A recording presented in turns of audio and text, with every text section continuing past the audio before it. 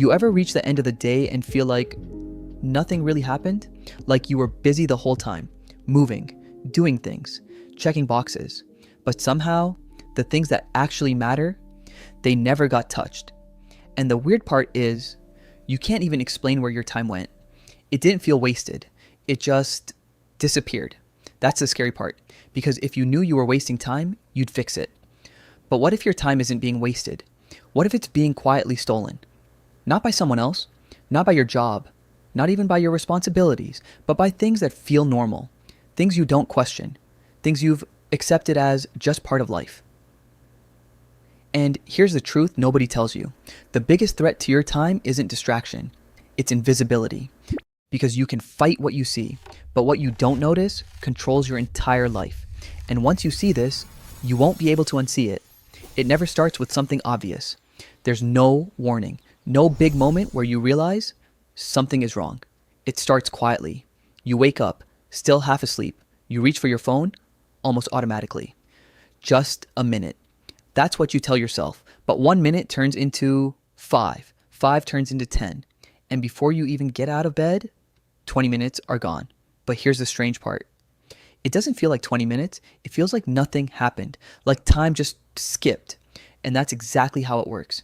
Because real-time theft, it doesn't look like wasting time. It looks like normal life. Scrolling while eating, watching something while relaxing, checking notifications in between tasks.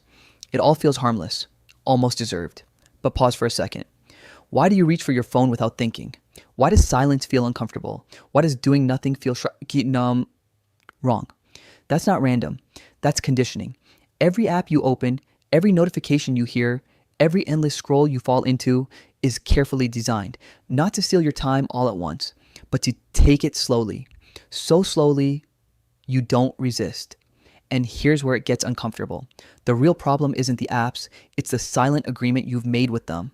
You've accepted this. You've accepted distraction as rest, noise as comfort, stimulation as relief, so you don't question it anymore.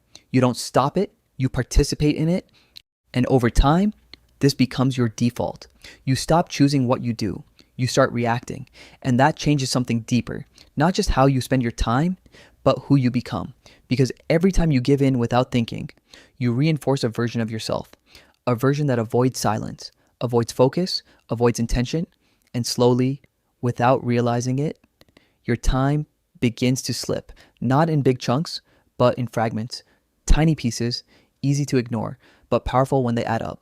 Because fragments don't feel like loss, they feel like nothing. And that's why they're so dangerous. Because the moment you finally notice, you realize it wasn't just your time disappearing, it was your attention, your control, your life slipping away quietly. Let me show you what this actually looks like. Not in theory, not in some perfect world. In your real, everyday life, imagine your day as a glass of water. You wake up with it full, clear, untouched.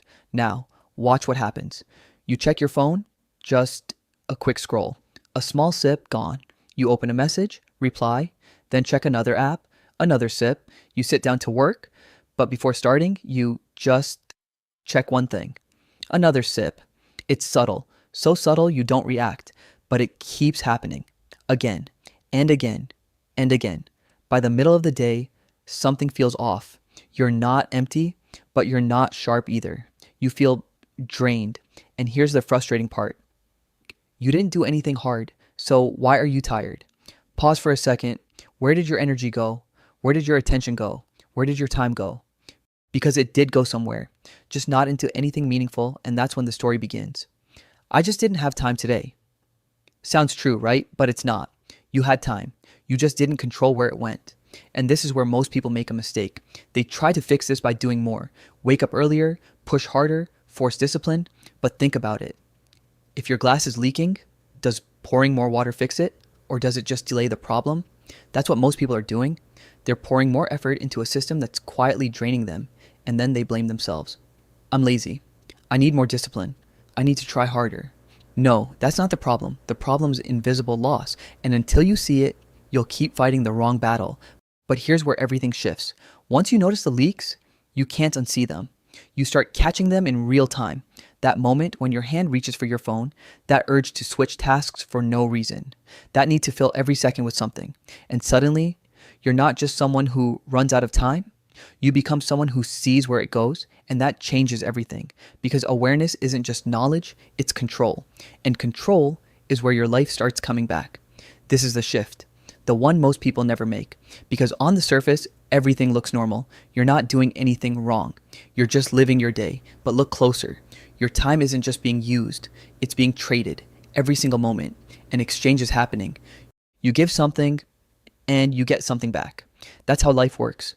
But here's the part that changes everything. Most of your trades, they're terrible. Think about it. Last night, you sat down just to relax. Opened your phone, watched a few videos, scrolled a little, maybe an hour passed. Now ask yourself, what did you actually get from that hour?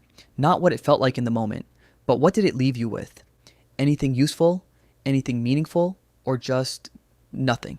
That's the trade you made, an hour of your life, for something you don't even remember. And this keeps happening again and again and again. Small trades, easy trades, invisible trades.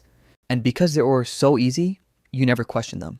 You never stop and ask, is this worth it? Because if you did, a lot of your daily choices would feel uncomfortable. So instead, you stay on autopilot. You keep trading without thinking. But here's the shift. And once you see it, you can't go back. Stop asking, where did my time go? Start asking, what did I trade my time for? That question hits differently because now every action has a price. Every scroll costs something. Every distraction takes something. Every moment you give away is something you'll never get back. And suddenly, you start noticing things. You pause before opening an app. You hesitate before switching tasks. You question things you never questioned before. And in that pause, something changes. You stop being someone who reacts. You become someone who chooses, someone who sees the cost, someone who values their time differently.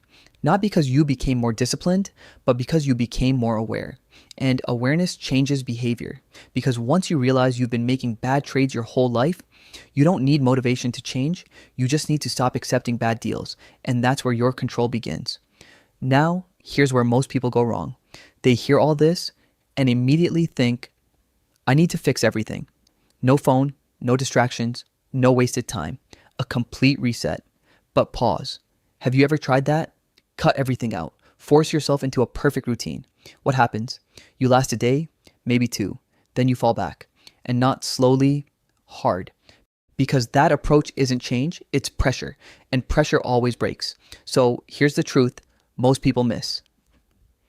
You don't need to remove everything. You just need to see it. That's it. Start small. Almost too small.